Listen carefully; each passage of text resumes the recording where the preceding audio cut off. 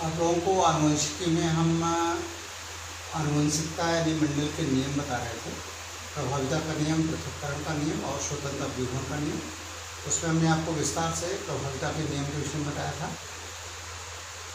और ये बताया था कि प्रथम पीढ़ी में वही पौधे, वही लक्षण दिखाई देते हैं जो प्रभावी होते हैं, लेकिन जो अप्रभावी लक्षण होते हैं वो छिप जाते हैं। तो अब प्रथम पीढ़ी में जो लक्षण दिखाई दिए वो लक्षण कौन से, या कह लीजिए आप जो प्रथम पीढ़ी के पौधे हैं वो कैसे हैं, शुद्ध उस लक्षण वाले हैं या संकर लक्षण वाले हैं। जैसे हम आपको उदाहरण के तौर पर बताए थे लंबे तने वाले मटर के पौधे और नाटे तने वाले मटर के पौधे में जब क्रॉस कराया गया तो प्रथम पीढ़ी में जो पौधा आपको मिला या जो पौधे मिले वे लंबे तने वाले थे। तो आपको दिखाई दिया कि सभी लंबे तने वाले पौधे हैं, लेकिन मेंडल ये जानना चाहते थे कि ये शुद्ध लंबे हैं या संकर लंबे हैं, यानी ये प्योर वैरायटी, प्योर टॉल हैं या ये हाइब्रिड टॉल है। इसको जानने के लिए उन्होंने टेस्ट क्रॉस कराया। तो टेस्ट क्रॉस में ये पता चल गया उनको कि ये जो प्रथम पीढ़ी में प्राप्त लंबे तने वाले पौधे हैं ये सब शुद्ध लंबे न होकर के संकर लंबे हैं। लेकिन ये तो हम आपको बता रहे हैं ऐसा उनको प्राप्त हुआ, लेकिन कैसे प्राप्त हुआ ये हम आलेख के द्वारा आपको बता रहे हैं। जैसे आपको बताया गया था कैपिटल टी, स्मॉल टी, ये आपको प्रथम पीढ़ी में इससे ही पौधे प्राप्त हुए थे। तो आप जो पैतृक पौधा जो प्रभावी है पहले उससे आप क्रॉस करा लीजिए। प्रभावी का मतलब जिसमें दोनों कैपिटल टी हो। अब आप ये तो प्रथम पीढ़ी का पौधा है, तो प्रथम पीढ़ी के पौधे प्राप्त पौधे का क्रॉस हम प्रभावी पैतृक पौधे से करा रहे हैं। पहले गैमेट बना हो गया कैपिटल टी, स्मॉल टी, यहाँ पर कैपिटल टी क्रॉस कराइए, ये मिलेगा तो कैपिटल टी, ये और ये मिलेगा तो कैपिटल टी, ये और ये मिलेगा तो कैपिटल टी, स्मॉल टी, ये और ये मिलेगा तो कैपिटल टी, स्मॉल टी।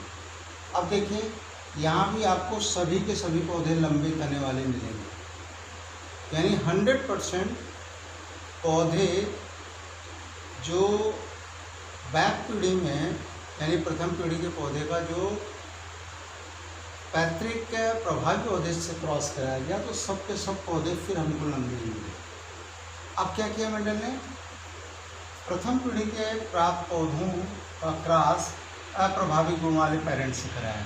अब देखिए कैपिटल टी, स्मॉल टी, यहाँ पर स्मॉल टी गैमेट बना लीजिए, ये और ये मिला तो कैपिटल टी, स्मॉल टी, ये और ये मिला तो कैपिटल टी, स्मॉल टी, ये और ये मिला तो स्मॉल टी, और ये और ये मिला तो स्मॉल टी।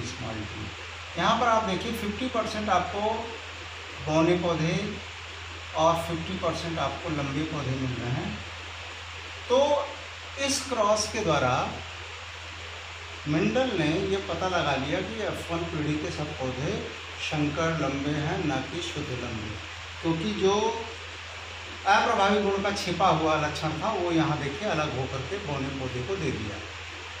तो चाहे ये क्रॉस हो या ये क्रॉस, दोनों को बैक क्रॉस कहते हैं, लेकिन ये बैक क्रॉस के साथ साथ टेस्ट क्रॉस भी कहा जाता है, क्योंकि ये टेस्ट करके बता देता है कि F1 पीढ़ी के पौधे संकर लंबे हैं, यानी हाइब्रिड टॉल हैं, न कि प्योर टॉल।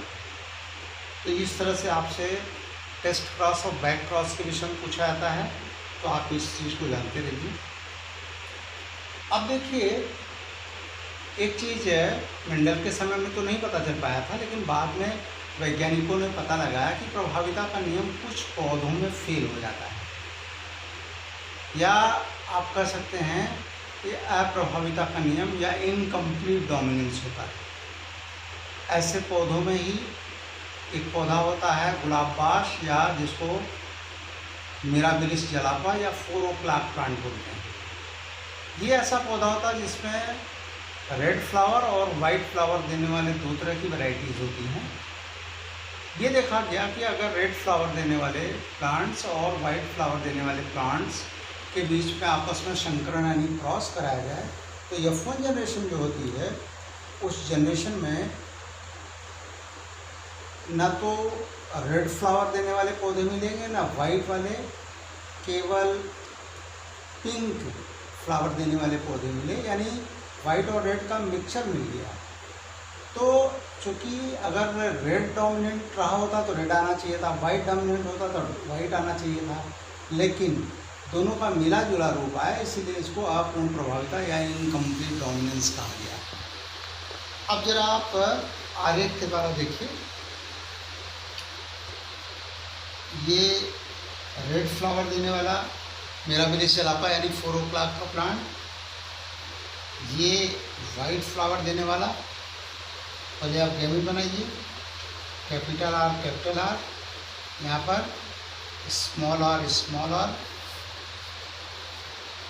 अब ये और ये आपस में क्रॉस करेगा तो कैपिटल आर स्मॉल आर, ये और ये क्रॉस करेगा तो कैपिटल आर स्मॉल आर, ये और ये क्रॉस करेगा तो कैपिटल आर स्मॉल आर, ये और ये क्रॉस करेगा तो कैपिटल आर स्मॉल आर।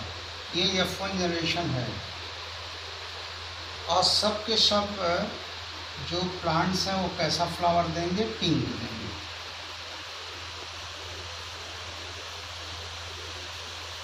तो इसे ही इनकम्प्लीट डोमिनेंस कहते हैं। अब अगर हम इन पौधों की दूसरी पीढ़ी की बात करें यानी F2 जनरेशन की, तो इन पौधों में आपस में फिर हम क्रॉस कराएंगे। देखिए, कैपिटल आर स्मॉल आर का cross capital R small R से कराएंगे। पहले गैमेट बनाइए, ये गैमेट बनाइए, ये और ये क्रॉस करेगा कैपिटल आर, ये और ये क्रॉस करेगा कैपिटल आर स्मॉल आर, ये और ये क्रॉस करेगा कैपिटल आर स्मॉल आर, और ये क्रॉस करेगा स्मॉल आर।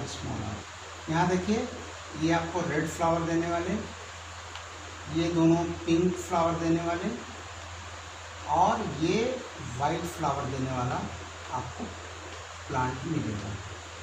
यहाँ पर अगर रेड और पिंक और वाइट फ्लावर का रेशियो देखा जाए, यानी फिनोटाइप रेशियो, यहाँ पर दृश्य रूप अनुपात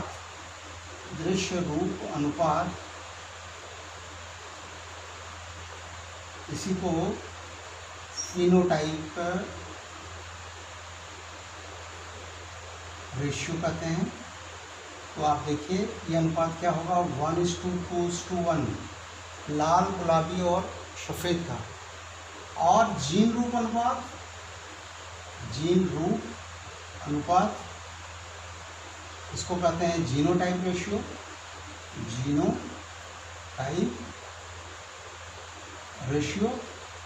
ये भी अनुपात 1:2:1 होगा, क्योंकि आप देख रहे हो एक ऐसा प्लांट है जिसमें दोनों कैपिटल आर हैं, उसका रेशियो 1 हो गया। दो ऐसे हैं जिसमें कैपिटल आर स्मॉल आर है, ये 2 हो गया, और एक ऐसा है जो दोनों स्मॉल आर। तो इनकम्प्लीट डोमिनेंस में F2 जनरेशन में जो फिनोटाइप और जीनोटाइप रेशियो है वो सेम आता है। तो ये आप जानते रहो, कुछ ऐसे पौधे हैं जिनमें अपूर्ण प्रभाविता यानी इनकम्प्लीट डोमिनेंस आपको देखने को मिलता है। तो ये जो हमने आज आपको बताया, ये वीडियो ध्यान से देखिए और इसका नोट्स बना करके हमारे पास भेजिए।